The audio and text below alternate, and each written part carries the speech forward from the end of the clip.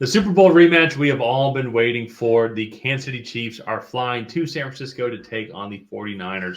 Rematch of last year's Super Bowl. This is going to be a phenomenal game as both teams are not 100%, so we're really going to be able to see who has maybe a little bit deeper bench here. So my name's Tyler, here with my brother Ryan. We're going to break down this Kansas City Chiefs, San Francisco 49ers Week 7 matchup here. We're going to talk about the matchups within the game that you need to look out for. And at the very end of the video, provide our predictions on who we think is going to win and why. But before we get into that, we have a goal of getting to 100 new subscribers for these Week 7 prediction video that we have going out. We've been able to hit that goal over the past several weeks thanks to all of our new members. So if this is your first time here, or if you have not already, go ahead and subscribe to the Tracy Take. Leave a like and a comment. Let us know who you think is going to win and why. So, Ryan, Super Bowl rematch. These are always fun. You can honestly make an argument that these still might be the two best teams in the league as of right now. Maybe both teams are a little banged up, but they've been able to find ways to win. And in the Niners' case, they've been able to find ways to blow games. But that's neither here nor there. And so they're coming off a great Thursday night football win, get a mini bye, so to say, as the Chiefs are coming off a full bye. But San Francisco 49ers got a good win on the road against the Seattle Seahawks on Thursday Night Football. What is kind of your thoughts on both of these teams so far from what you've seen through 5 and 6 games throughout the season? Yeah, I mean, I'll start with the 49ers. And, I know Kyle Shanahan gets a bad rap for blowing, the 2 fourth-quarter leads. Again, I have 3 fourth-quarter leads in the Super Bowl with the Falcons. Yeah, when he was the OC there, but and I will blame some of that on Dan Quinn also. To be frank, so 2.5 games, 2.5 Super Bowls. Okay.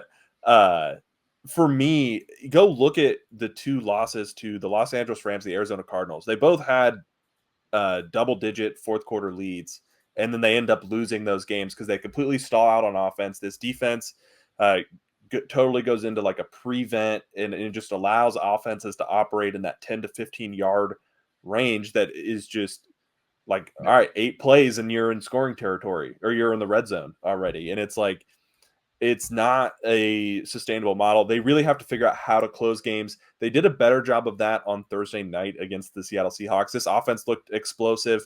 They put up 36 points. I don't want to say with ease, but there wasn't a lot of resistance, I think, on the Seahawks side, or much they could have done to really stop them. It's also a very banged up Seahawks defense as well. But I think that was a good kind of tune-up game for probably one of their biggest matchups of the year in terms of just who they're going up against, mentally. And so I think this is a really important game for San Francisco. And kind of flipping over to the Chiefs now, and granted, they're very banged up on the offensive side of the ball. From week 1, was very much on the side of they had some explosive plays, but I want to see more. I want to see them have those dominant, in rhythm, in phase drives of Patrick Mahomes is hitting his receivers in sync and they're in rhythm and they're doing all these things. And really yet I have not seen that. They had a decent performance against the Saints, but if you look, a lot of their offensive production has come in just flat explosive plays, and they kind of throw punches and bunches, and then are stalled out for other parts of games. And again, they're missing Marquise Brown, who they thought would be there. They're missing Rashee Rice. They're missing Isaiah Pacheco. Those are 3 key playmakers that they came into the season thinking that they would have. But I have serious concerns about this offense's ability to truly sustain drives consistently throughout games. Well, so I'm obviously going to push back on that because you're a Patriots fan, so you can back me up on this. But Tom Brady was there during his tenure. He didn't have a great receiving set, but it was the offensive system that he was in and him running the offense, knowing where guys need to be, putting guys in that right situation. Yeah. And that's why I see from Patrick Mahomes and Kansas City Chiefs. You go look at the Saints game. Now, it was against the Saints defense, who was banged up, and also so maybe take it with a grain of salt. This can maybe be another example here. This game against San Francisco this upcoming Sunday, but they got Juju Smith-Schuster back, who I think fits well into that system. They got Mecole Hardman. They got Travis Kelce, who obviously I would say a somewhat decent rapport between him and his quarterback. I'm obviously being facetious, but then there's still other guys there as well. They got Kareem Hunt now back there. They just find the right guys, put them in the right system that like know their role. And Patrick Mahomes, this is what I think makes Patrick Mahomes already probably one of the greatest QBs to play the game. And that's not even that shocking of a statement, but what makes him clearly the best quarterback in the league right now is the way he can mentally think about the game and knowing where everybody needs to be, reading defenses, and then putting guys in the defense's weak spots. I would say I've done this. I try to get Juju Smith-Schuster on all of my fantasy teams because I think he's going to take off. So I think he's going to get a lot of targets from Patrick Mahomes just because he's a veteran receiver. He knows his role. He was with the team. He's worked with them before. And so that's where I think that we'll see this offense continue to keep on improving. And if you haven't seen them have those big drives yet, I mean, yes, they have explosive plays, but they have also been able to move the ball down the field. But they have been able to move the ball down the field, and I feel like they do either one of two things. They have 2 or 3 plays in a row, and then they have an explosive play for a touchdown, or they stall out in the red zone. And I think your Falcons game was a very good example of that. They moved the ball fairly well between the 20s, but then as soon as they got in the red zone, they couldn't really convert, and they ended up kicking a bunch of field goals. And then they should have lost that game. Like you realize without a blown PI call, they lose that game. Oh no, trust me, I know. But to that point though, the Falcons defense is kind of built that way. Is like definitely the bend don't break in between the 20s. Yeah, we're going to give you some leeway. The Ravens have one of the worst passing defenses in the league, and in week 1 they did the same thing. Yeah, so I still think though, if you have Patrick Mahomes leading the way, this offense is going to be top notch. It's going to be different. I think it's different. I think you're still maybe thinking of when Tyreek Hill was there and seeing all these explosive plays, and when Travis Kelce was a little bit younger. And so he is a little bit older. It's not going to be nearly as explosive, but it's going to be very efficient. I think it's going to be a very extremely efficient offense. Because even too, now go look back. Once when Isaiah Pacheco comes back, I think this offense, if running, will still continue. But even right now, they're average so far in rushing yards, and that's with Kareem Hunt, Carson Steele in the backfield. And so primarily now Kareem Hunt. And so yeah, and that is 3 or 4 games with Pacheco, I believe. Also, no, he got hurt during the Bengals, so I think it was like a game. Oh, he did. Okay. Yeah. So yes, this offense isn't super explosive. But that being said, that this is why I think you go get Xavier Worthy and why I think he fits really well. We've disagreed a little bit on this, but why I think he fits well into the system is because Andy Reid's one of the smartest coaches to ever coach in the NFL. You got Patrick Mahomes, one of the best QBs to ever play in the NFL. They're able to put those puzzle pieces together so then when it is time to unleash Xavier Worthy, it works out. Just to go look at the Saints game, for example, it ended up being a pass interference call. But it was essentially Xavier Worthy should have gotten 55 yards to his stats because of his speed and the bomb that Patrick Mahomes threw. It caused, I think it was Paulson Adebo, to have to get pass interference on the play. Otherwise, it's going to be a touchdown, And so I just think they fit all the right pieces together. I think they're fortunate that guys like Juju Smith-Schuster didn't want to play for your Patriots anymore and was still a free agent, and so they picked him up. Same thing with they cut him. I know. I'm just joking around. But I still think this Chiefs offense is still one of the best. It's just a more unique, tame version to, I guess, what we were seeing a couple of years ago. And I think on the flip side, props to this Chiefs defense as well. And Steve Spagnuolo, I think they have a very solid, consistent defense. That all being said, I know we're talking a lot about them. It's going to be both sides. Well, hold on. I'm not done with the Patrick Mahomes argument yet. Well, let's quickly talk about the 49. Well, okay. Well, no, never mind. Go ahead. Okay. Sure, so offensively too, they're 14th in total passing yards. Or sorry, Patrick Mahomes is 14th in total offensive passing yards. Like this is not, and he has a completion percentage 69.4, but I'm not sure what his average depth of target is. But like they're not getting a lot of yards offensively. They're an average running game and an average passing game right now. Yeah. And what's their record? They're 5-0 because they have a really good defense and a couple PI calls that went their way. I don't know. Even as a Falcons fan, like I think we should have won that game. But then they still had their opportunities. We still had our opportunities outside of that PI call to beat them. But they beat Baltimore. They beat Cincinnati. They beat a solid Chargers team who was a little bit banged up at the time. The Saints win is not going to look as good, I think now. But then if they come into San Francisco and they beat San Francisco, would that change your mind a little bit on this Chiefs team? Like, for sure. Okay. I know like Chiefs fans are going to be like, this Patriots fan, it just doesn't like the Chiefs. He's just upset that you don't have a dynasty anymore. That's what. No, okay. My biggest thing, as a Patriots fan, I've seen some of the best offenses ever. This Chiefs offense is concerning because they lack production. Outside of explosive plays, which you cannot live in this league only making explosive plays because you're only going to have 4 or 5 of them a game. And NFL defenses are getting wise to it. It's really hard to make a consistent living without the in and out of like playing in phase of in and out of each drive.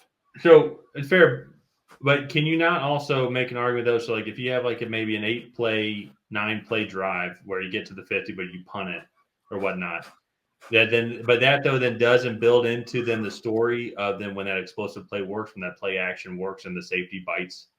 Can you not also kind of maybe then the next drive is like a 2-play drive, but it's 60-yard touchdown pass because hypothetically the safety bit on a play action or whatnot. Or yes, so, I agree that you play all those games, but if you have you only get on average, I think you get like 2.25 drives per quarter. So like if you add that up, you get 9 drives a game. If you're going to spend 2 or 3 drives setting up explosive plays, like 2.25. Oh, it's a 9. Okay, yeah, go ahead. Yeah. So if you spend 2 or 3 drives trying to set up one explosive play on the next drive, then again you have 3 or 4 explosive plays, one of which or 2 of which may result in a touchdown. That's only 14 points. That's not enough to win an NFL football game. Well, yeah, you're not doing that stuff just to set up the one explosive play. You're trying to score on every single play, but yes, it's setting up a lot of options. I maybe get your point a little bit. I think you're maybe. I think then too, to be fair to you, and maybe why I'm not understanding is because I'm also just looking at the greatness of Patrick Mahomes and the Andy Reid. And he is great. And one of the things that makes them great is they have done just enough to win all of these games. That is like, I think what really makes you great. It might not be statistically, you do just enough to win. Okay. And so let's transition to this game though here. And they beat the 49ers in last year's Super Bowl.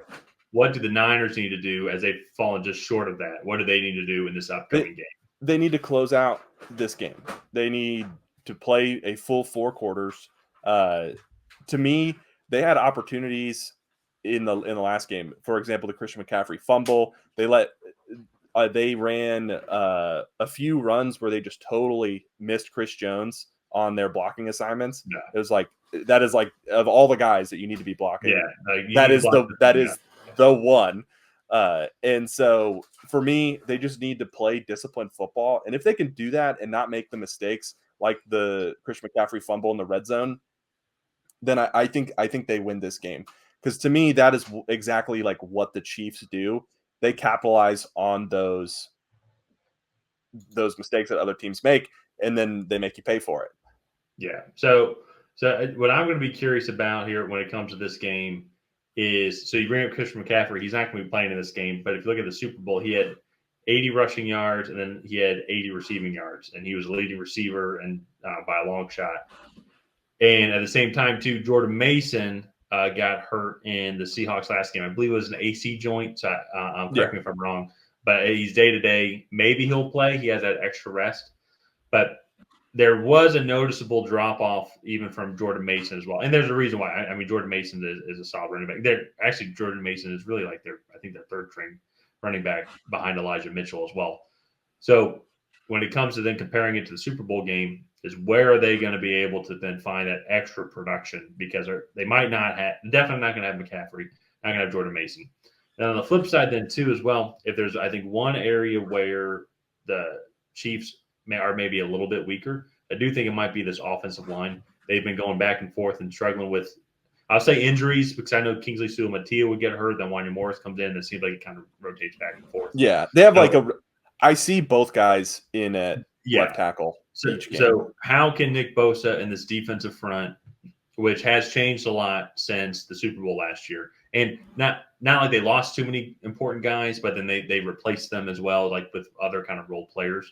How are they going to be able to provide the pressure? And on the flip side, though, too, as well, Seattle was not really able to capitalize on this, but Talua Hufanga and Charvarius Ward were both out in the Thursday Night Football game. We'll have to see their overall status if they'll be able to come back. Malik Mustafa, he did get a low ankle sprain. It looks like he'll be able to play, but still day to day, you never know. Those are three key secondary pieces for the San Francisco team. If hypothetically those guys are not able to play, how are they going to be able to defend on that, and how can the Chiefs capitalize on that? Will it be with explosive plays, or will it be with methodical drives going down the field?